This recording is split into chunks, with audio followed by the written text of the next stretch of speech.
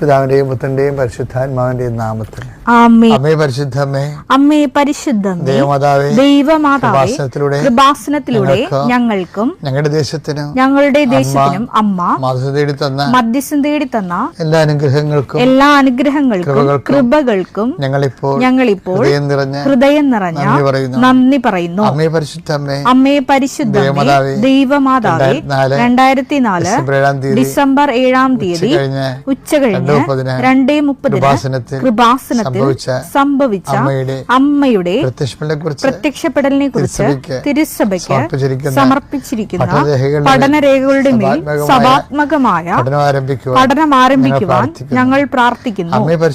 അമ്മേ പരിശുദ്ധമേ, ഭൂസ്വർലോകങ്ങളുടെ രാജ്ഞിയായ അങ്ങയ്ക്ക് ഭൗമ സംരക്ഷണത്തിനായി പ്രപഞ്ചപ്രകൃതിയെ തന്നെ തിരുസഭ പ്രതിഷ്ഠിക്കുവാൻ ഈ പ്രത്യക്ഷീകരണ വഴി ഇടയാക്കണമേ. പരിശുദ്ധമ്മേ, ജപമാല മാതാവേ, സകല കൃപാസനം പ്രാർത്ഥനകളോടും ചേർത്ത് ഞങ്ങളിപ്പോൾ പ്രാർത്ഥിക്കുന്ന ഈ കുടുംബത്തിന്റെ പ്രത്യേക നിയോഗം.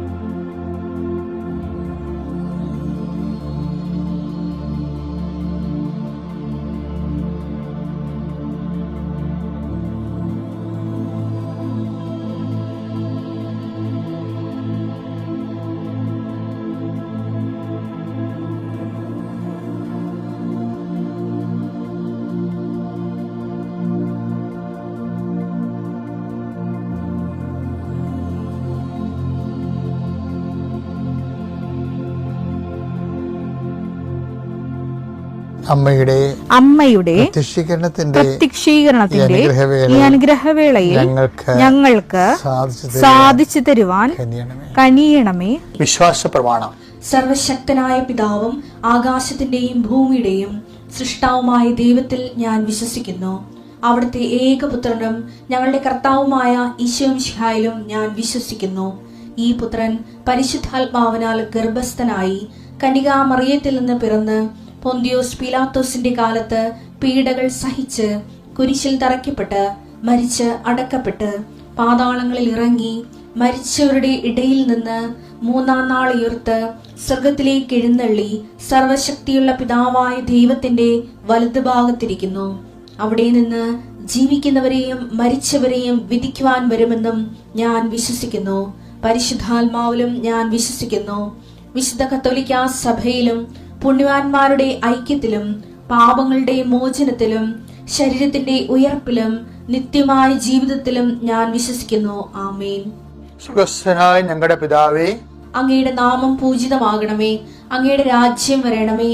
അങ്ങയുടെ തിരുമനസ് സ്വർഗത്തിലെ പോലെ ഭൂമിയിലും ആകണമേ. അന്നു വേണ്ടുന്ന ആഹാരം ഇന്ന് ഞങ്ങൾക്ക് തരണമേ. ഞങ്ങളോട് തെറ്റ് ചെയ്യുന്നവരോട് ഞങ്ങൾ ക്ഷമിക്കുന്നത് പോലെ ഞങ്ങളുടെ തെറ്റുകൾ ഞങ്ങളോടും ക്ഷമിക്കണമേ. ഞങ്ങളെ പ്രലോഭനത്തിൽ ഉൾപ്പെടുത്തരുതേ, തിന്മയിൽ ഞങ്ങൾ രക്ഷിക്കണമേ. ആമേൻ. നന്മ നിറഞ്ഞ മറിയമേ, സ്വസ്തി. കർത്താവ് അങ്ങയുടെ കൂടെ സ്ത്രീകളിൽ അങ്ങ് അനുഗ്രഹിക്കപ്പെട്ടവളാകുന്നു. അങ്ങയുടെ ഉദരത്തിൻ ഫലമായി ഈശോ അനുഗ്രഹിക്കപ്പെട്ടവനാകുന്നു. പരിശുദ്ധ മറിയമേ, തമ്പുരാന്റെ അമ്മേ, പാപികളായ ഞങ്ങൾക്ക് വേണ്ടി ഇപ്പോഴും ഞങ്ങളുടെ മരണസമയത്തും തമ്പുരാനോട് അപേക്ഷിക്കണമേ. ആമേൻ. എൻ്റെ പ്രിയപ്പെട്ടവരെ, ഈ ദിവസങ്ങളിലെ കഴിഞ്ഞ ചൊവ്വാഴ്ച പ്രാർത്ഥന നിങ്ങൾ കേട്ടിട്ടുണ്ടെങ്കിൽ ഞാനത് പറഞ്ഞിട്ടുണ്ട്. ബുധനാഴ്ച മുതൽ ഡോക്യുമെൻറ്റുകൾ സമർപ്പിച്ചുകൊണ്ടുള്ള പ്രാർത്ഥന, നമ്മുടെ രാവിലെയുള്ള പ്രാർത്ഥനയ്ക്ക് നമ്മൾ ഓരോ ദിവസത്തിന് വേണ്ട ഡെയിലി ബ്രെഡാണല്ല ഇത്. അപ്പം നിങ്ങൾ ഇപ്പോൾ ഓരോരോ സ്ഥലങ്ങളിലേക്ക് പോകത്തില്ലേ, അപ്പോൾ ഓരോരോ വിഷയങ്ങളിൽ ഏർപ്പെട്ടില്ലേ. ഇപ്പോൾ ഉദാഹരണത്തിന് ഭവന നിർമ്മാണ തടസ്സമാണ്. അപ്പം നിങ്ങൾ അതിൻ്റെ സ്കെച്ചും പ്ലാനും രാവിലെ പ്രാർത്ഥനയ്ക്ക് കൊണ്ടുവരണം. അച്ഛൻ കുറിച്ചെടുക്കുമ്പോൾ തന്നെ ആദ്യം ഡോക്യുമെൻ്റ് പ്രാർത്ഥനയാണ്ട സമയമായിരിക്കും. നിങ്ങളുടെ സ്കെച്ച് പ്ലാനുകളും നിങ്ങളുടെ എല്ലാ രേഖകളും കർത്താവിൻ്റെ ദിവസം സമർപ്പിക്കുന്നു എന്ന് പറയും. അതുപോലെ നിങ്ങളുടെ യാത്ര, വിദേശ യാത്രയ്ക്കൊക്കെ പോകണവരില്ലേ, അവിടെ ടിക്കറ്റുകൾ എടുക്കണം. ടിക്കറ്റുകൾ, പാസ്പോർട്ട്, രാവിലെയുള്ള ഡെയിലി ബ്രെഡ് പ്രാർത്ഥനയുടെ സമയത്ത്. അപ്പോൾ തന്നെ പരീക്ഷയ്ക്ക് പോകുന്നവർ അതിൻ്റെ ഹോൾ ടിക്കറ്റ് എടുക്കണം. ആശുപത്രി പോകുന്നവർ അതിൻ്റെ ആശുപത്രിയുടെ ബുക്കില്ലേ, ആശുപത്രിയുടെ നിങ്ങളുടെ ഡയഗ്നോസിൻ്റെ പേപ്പറ്, മരുന്ന് എഴുതി പ്രിസ്ക്രിപ്ഷൻ പേപ്പറ്, ആ വിഷയങ്ങൾ രാവിലെ എടുക്കണം. ആ മേഖലകളിലെല്ലാം കർത്താവിനത് പരിശുദ്ധമ്മയുടെ മാധ്യസ്ഥത്തിൽ, ഇത് ഉടമ്പടി പ്രാർത്ഥനയുടെ തന്നെ മറ്റൊരു അതിൻ്റെ ഭാഗമായിട്ട് വരുന്നതാണ്. അവർക്ക് വീഞ്ഞില്ല എന്ന് അമ്മ പറയുന്നിടത്ത് വെച്ച് മനുഷ്യൻ്റെ ഭൗതിക ആവശ്യങ്ങളുടെ മേൽ ദൈവത്തിൻ്റെ ശ്രദ്ധ ക്ഷണിച്ചുകൊണ്ട് കർത്താവിൻ്റെ അതിൻ്റെ അകത്ത് ഉൾപ്പെടുത്തി ആ വിഷയം നമ്മളെപ്പോലെ ദൈവത്തിൻ്റെ ആക്കിയെടുക്കുന്ന ഒരു സമർപ്പണ പ്രാർത്ഥനയാണ് രാവിലെ ഈ രേഖാപ്രാർത്ഥനയൊക്കെ ഉള്ളത്, ആ വിഷയം. പിന്നെ അതുപോലെ തന്നെ അച്ഛൻ പറഞ്ഞായിരുന്നു, നിങ്ങൾ ഇപ്പോൾ ഒരു പശുത്തൊഴുത്ത് കെട്ടാൻ പോയിടം വിചാരിച്ചു. അപ്പോൾ ആ പ്രാർത്ഥന നിങ്ങൾ കൂരേണ്ടത് ആ സ്ഥാനത്ത് പോയി നിന്നാണ് കൂരേണ്ടത്. അടുക്കള കെട്ടുന്നവരും എക്സ്ട്രഷ് എടുക്കുന്നവരും കാർ ഷെഡ് ചെയ്യുന്നവരും ഒക്കെ ഈ പ്രാർത്ഥന അവരുടെ ആ ഉദ്യമമായിട്ട് ഇപ്പോൾ ഈ നിലവിലിരിക്കുന്ന ഉദ്യമം എന്താണ്? ചിലപ്പോൾ ഒരു ചെറിയ ഷോപ്പ് ചെയ്യുന്നവരായിരിക്കും. അപ്പം അങ്ങനെയുള്ളവർ ചില പലചരക്കട ചെയ്യുന്നവരായിരിക്കും. ചിലപ്പോൾ അതിന് കച്ചവടം ഇല്ലാതിരിക്കുന്ന അവസ്ഥയായിരിക്കും. അപ്പോൾ നിങ്ങൾ ആ പ്രാർത്ഥന കച്ചവട സ്ഥലം അടുത്താണെങ്കിൽ, കച്ചവട പീടിയൊക്കെ അടുത്താണെങ്കിൽ ആ ഷോപ്പിൽ പോയി നിന്ന് ആണ് ഈ പ്രാർത്ഥന കൂടേണ്ടത്. ഇപ്പോൾ എന്താണ് നിങ്ങൾ അനുഭവിക്കുന്ന പ്രയാസം, അത് ആ വിഷയവുമായി ബന്ധപ്പെടുത്തി വേണം ഈ പ്രാർത്ഥന. അങ്ങനെ ഗുരുതരമായ വിഷയങ്ങളിരിക്കുന്നവർ, ഇപ്പോൾ കോടതിയിലെ കേസ് നടക്കണില്ലേ, അപ്പോൾ കേസ് നടക്കുന്നുണ്ടെങ്കിൽ കേസിൻ്റെ സമൻസ്, അതിൻ്റെ സമൻസ് ഉണ്ടെങ്കിൽ അത്, അതുപോലെ തന്നെ വക്കീലിന് കൊടുത്തിരിക്കുന്ന വക്കാലത്ത് ആ കേസിൻ്റെ അതിൻ്റെ കോപ്പി, എന്താണ് കോടതിയുടെ കോപ്പി കയ്യിലുള്ളത് അത് കയ്യിലുണ്ടാകണം. സ്ഥലം അളക്കുക, സ്ഥലം കൊടുക്കുക എന്നുള്ളത് ഒന്നെങ്കിലും പ്രമാണം ഉണ്ടായാൽ മതി കയ്യിൽ. അതിൻ്റെ എഗ്രിമെൻറ്റ് പേപ്പർ,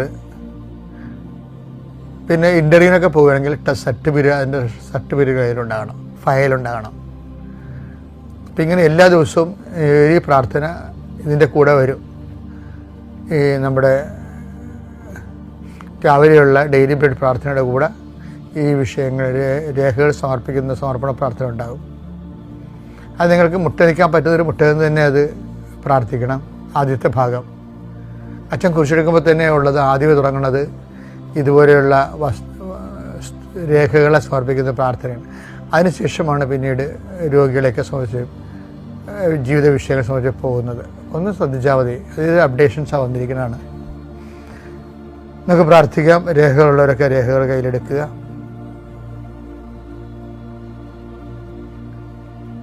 കർത്താവ് നിൻ്റെ ഉന്നതമായ നാമത്തിന് സ്തോത്രം ചെയ്യുന്നു. കർത്താവ്, അങ്ങയുടെ മക്കൾ അവരുടെ ജീവിതത്തിൽ ഇന്ന് ഉതകണ്ട, ഇന്ന് ബാധ്യതപ്പെടേണ്ട എല്ലാ ജീവിത രേഖകളുമായിട്ട് കർത്താവ് അങ്ങയുടെ തിരുസേനയെ കണ്ണീരോടെ പ്രാർത്ഥിക്കുകയാണ്. കർത്താവ്, പരീക്ഷയ്ക്ക് പോകുന്നവരെ, റിസൾട്ട് നോക്കാൻ പോകുന്നവർ, ഇൻ്റർവ്യൂവിന് പോകുന്നവർ, വിദ്യാർത്ഥികൾ എന്തെല്ലാം കാര്യങ്ങൾക്ക് പോകുന്നുവോ അവരുടെ രേഖകളെല്ലാം ഇപ്പോൾ ഞങ്ങളെ സമർപ്പിച്ച് പ്രാർത്ഥിക്കുന്നു. ഈശോയെ, ഈ രേഖകളുടെ മേലെല്ലാം നിൻ്റെ തിരുമുറുവാർന്ന് വലതുകരം വെക്കണമെന്ന് പ്രാർത്ഥിക്കുന്നു. അമ്മയെ പരിശുദ്ധമേ ദേവമാതാവേ, അവർക്ക് വീഞ്ഞില്ല എന്ന് പറഞ്ഞുകൊണ്ട് കാനായിലെ കല്യാണ കുടുംബത്തിലെ കർത്താവിൻ്റെ കൃപയുടെ വാഹകയായി നിന്നവളെ, മക്കൾക്ക് പലപ്പോഴും വിദ്യാഭ്യാസത്തെയും പഠനത്തെയും പരീക്ഷയെയും ഇൻ്റർവ്യൂവിനെയും അതിൻ്റെ ഫലപ്രഖ്യാപനത്തെ നോക്കുന്നതിനൊക്കെ പോകുന്നവർക്ക് ടെൻഷനും പലതരത്തിലുള്ള പ്രയാസവും ഒക്കെയാണുള്ളത്.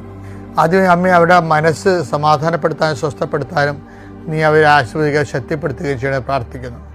ദൈവത്തിൻ്റെ പദ്ധതികൾക്കെല്ലാം കീഴ്വഴങ്ങിക്കൊണ്ട് ദൈവത്തിൻ്റെ നാമത്തെ മഹത്വപ്പെടുത്തിക്കൊണ്ട് സുവിശേഷ സാക്ഷ്യം മുന്നേറാനുള്ള കൃപ അവർക്ക് നൽകണം പ്രാർത്ഥിക്കുന്നു.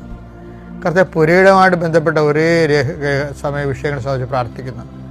പുരയിടത്താണെങ്കിൽ പുരയിടത്തിലാണ് വിൽക്കാൻ പോകുന്നവരുണ്ട്, വാങ്ങാൻ പോകുന്നവരുണ്ട്, അഡ്വാൻസ് കൊടുത്തവരുണ്ട്, അഡ്വാൻസ് കൊടുത്തിട്ട് അതിൻ്റെ തീറ് നടക്കാത്തവരുണ്ട്. അങ്ങനെയുള്ളവരുടെ എല്ലാ പ്രമാണങ്ങളെയും അതുപോലെ തന്നെ അച്ചാരച്ചീട്ടിനെയും അങ്ങയുടെ തിരുസനെ സംബന്ധിച്ച് പ്രാർത്ഥിക്കും ദൈവമേ.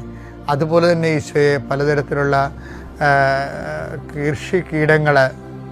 കീടങ്ങൾക്ക് കൃഷിക്കുണ്ടാകുന്ന കീടങ്ങൾ, അതുപോലെ തന്നെ പലപ്പോഴും ഏലം പഴുത്തു മാറുന്നതും, അതുപോലെ തന്നെ പലതരത്തിലുള്ള മത്സ്യത്തൊഴിലാളി മേഖലയിലുണ്ടാകുന്ന കേടുപാടുകൾ, വലയുടെ കേടുപാടുകൾ, സ്ഥിരമായി കെഞ്ചി നിന്ന് പോവുക, സ്ഥിരമായി വലക്ക് കേടുപാട് വരിക, അങ്ങനെയുള്ള മേഖലകളിലുള്ള വസ്തുവകൾ, ഫിഷിംഗ് ഇംപ്യൂട്ട്സിനെ, ഉരുപ്പടികളെ, മത്സ്യബന്ധന ഉരുപ്പടികളെ അങ്ങനെ തിരുസന്നിധിയിൽ അവർ അത് നന്നായി വർക്ക് ചെയ്യുന്നതിന് വേണ്ടിയും സുരക്ഷിതമായി അത് ഉപയോഗിക്കാൻ വേണ്ടിയും കർത്താവിൻ്റെ നാമത്തിൽ അവരെ ആശീർവദിച്ചുകൊണ്ട് പ്രാർത്ഥിക്കുന്നു. ആശുപത്രി പോകുന്നവരുടെ ചീട്ടുകളും, അതുപോലെ തന്നെ എക്സ്റേ കോപ്പികളും, സ്കാനിങ് റിപ്പോർട്ടുകളും, അതുപോലെ തന്നെ മരുന്നിൻ്റെ പ്രിസ്ക്രിപ്ഷൻ കാർഡുകളും അങ്ങനെ തിരുസന്നിധിയിൽ സമർപ്പിച്ചുകൊണ്ട് പ്രാർത്ഥിക്കുന്നു. ദൈവമേ കർത്താവെ, നിൻ്റെ തിരുമുറുവാൻ വരദകരം മക്കളുടെ മേലെ വയ്ക്കണമെന്ന് പ്രാർത്ഥിക്കുന്ന ഈശോയെ, വിദേശ യാത്ര ചെയ്യുന്നവരെ, യാത്രയ്ക്ക് ഒരുങ്ങുന്നവരെ, അവരുടെ പാസ്പോർട്ടുകൾ, വിസ, അതുപോലുള്ള എല്ലാ വിഷയങ്ങളും കർത്താവെ അങ്ങനെ തിരുസന്നിധി സമർപ്പിച്ചുകൊണ്ട് പ്രാർത്ഥിക്കുന്ന ഈശോയെ. ഈശോ നിന്റെ തിരുവാർന്ന് വരദകരം, ആണിപ്പഴുതാകുന്ന അത്ഭുതകരം കർത്താവെ ഈ മക്കളുടെ ശിരസിൽ വെക്കണമേ എന്ന് പ്രാർത്ഥിക്കുന്നു. അടിപ്പഴ പോലെ വൈദാഘാതം പോലെ ദൈവികമായ ശക്തി ഈ രേഖകളിലേക്ക് ആവശ്യിക്കട്ടെ എന്ന് പ്രാർത്ഥിക്കുന്നു. നിലനിൽക്കുന്ന തടസ്സങ്ങളെ, ദോഷങ്ങളെ യേശുക്രിസ്തുവിന്റെ നാമത്തിൽ 39 വർഷത്തെ പൗരോഹിത്യത്തിൻ്റെ ശക്തിയാലും കർത്താവിനും കൃപാസ്ഥാനത്താരും ജീവനുടെ പ്രത്യക്ഷപ്പെട്ട പരിശുദ്ധമ്മയുടെ പ്രത്യക്ഷീകരണത്തിൻ്റെ യോഗ്യതയാലും അൽത്താരിൽ നടന്ന 14 ആരാധനയുടെ ദൈവികമായ ശക്തിയാൽ ഈ രേഖകളുണ്ടാകുന്ന ഈ വസ്തുക്കൾക്കുണ്ടാകുന്ന ഈ രേഖയുടെ മേലുണ്ടാകുന്ന എല്ലാ തടസ്സങ്ങളെയും, മറവി തടസ്സങ്ങൾ വരെ യേശുക്രിസ്തു നാമത്തിൽ ഞാൻ ബന്ധിക്കുകയും ഇതിലെ ശുഭദീർഘമായ പര്യവസാനം ഉണ്ടാകാൻ പരിശുദ്ധ ദേവമാതാവിൻ്റെ പ്രത്യേക മധ്യസ്ഥനെ ഈ രേഖകളെ ഏൽപ്പിക്കുകയും ചെയ്യുന്നു.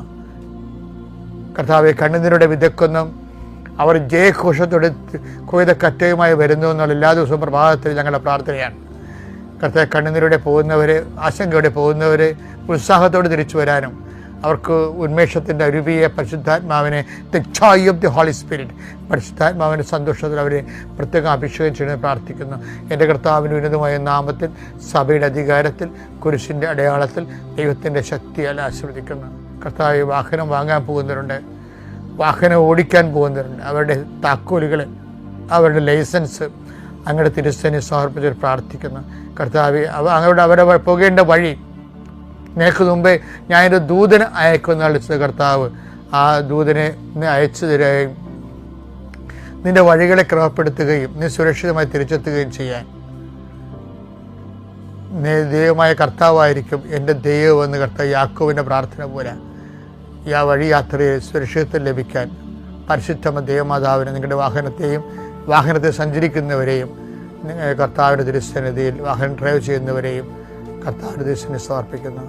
നിങ്ങളുടെ വലത്തും ഇടത്തും കൂടി പോകുന്ന മറ്റു വാഹനങ്ങളെയും മുമ്പിനും പുറകിലും വരുന്ന മറ്റു വാഹനങ്ങൾ അപചാരം ആകസ്മികമായി ഉണ്ടാകുന്ന അപകടങ്ങളെ ഈശോയുടെ നാമത്തിൽ ബന്ധിക്കുന്നു. Lord Jesus Christ, the fire finger, soak with the precious blood, Lord, infuse the spirit of power and grace.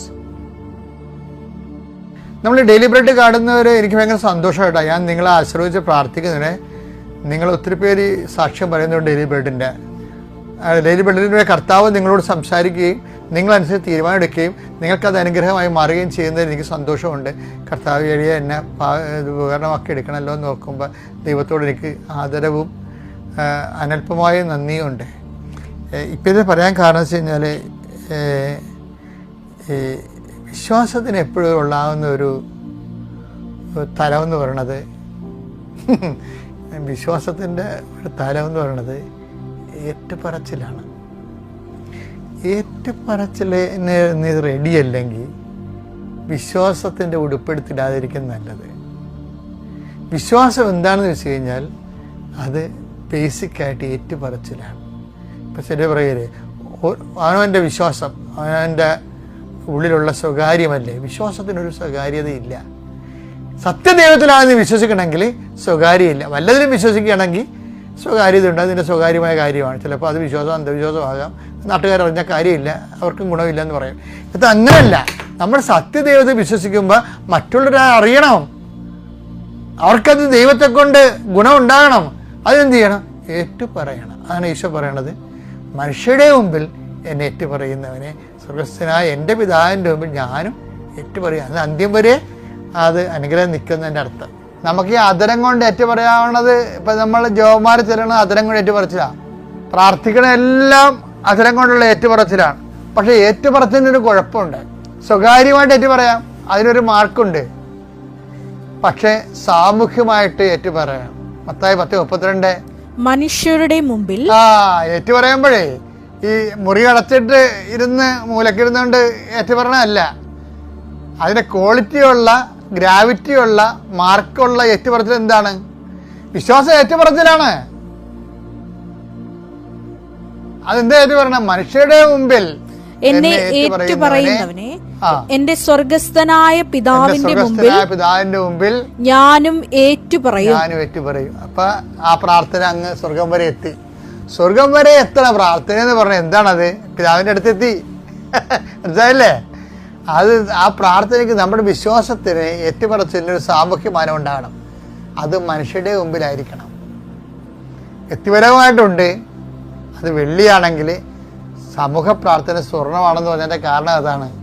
അതിനെ കുർബാനൊന്നും മുടക്കരുത്. അല്ല, ഞാൻ വീട്ടിലിരുന്ന് പ്രാർത്ഥിച്ചാലും പ്രാർത്ഥനയാകില്ലെന്ന് ചോദിക്കുന്ന വിവരക്കേടും വെളിവില്ലായ്മയുമാണ്.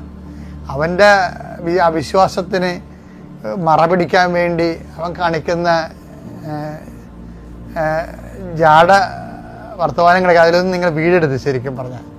കാര്യം 10 മനുഷ്യരുടെ മുമ്പിൽ നമ്മൾക്ക് ക്രിസ്തുവിനെ വിശ്വാസം ഏറ്റുപറയാം. അത് നാക്ക് കൊണ്ട് പറയണത് മാത്രമല്ല, നമ്മൾ ചെയ്യുന്ന എല്ലാ പ്രവൃത്തികളും മനുഷ്യർ അതിൻ്റെ അകത്തൊരു. ഇപ്പം ഞാൻ ഇടയ്ക്ക് പറയുന്ന ഒരു ഉദാഹരണം തരുന്നത്, സാഹിത്യ അക്കാദമി പഠിക്കുന്ന കാലത്ത് ഞാൻ എൻ്റെ ജീവിതത്തിൽ ചെയ്തിട്ടുണ്ട്. ഞാൻ അക്കാദമി മുതൽ അയന്തോൾ വരെ അവിടെയാണ് ഞാൻ താമസിച്ച് ഉറങ്ങണത്. അപ്പം തമ്പുരാനിൽ സാഹിത്യ അക്കാദമിയുടെ കെട്ടിടമാണ്. അവിടെ വരെ എനിക്ക് വേണമെങ്കിൽ ഓട്ടോക്ക് പോകാം.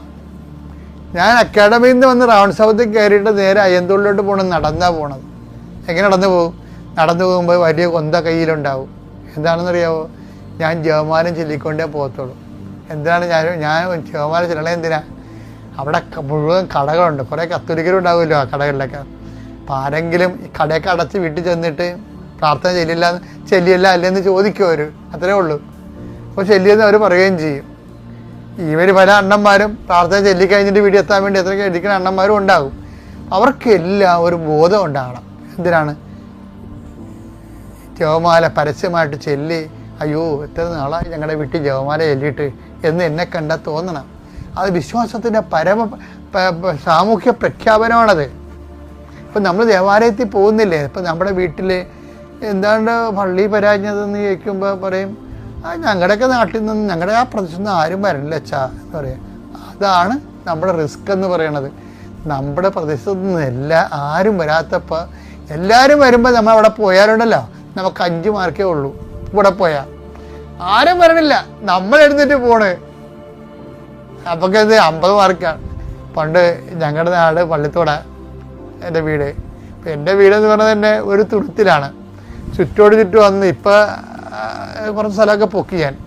അതായത് അവിടെ ഗവൺമെൻറ്റിന് എഴുതി കൊടുത്തു.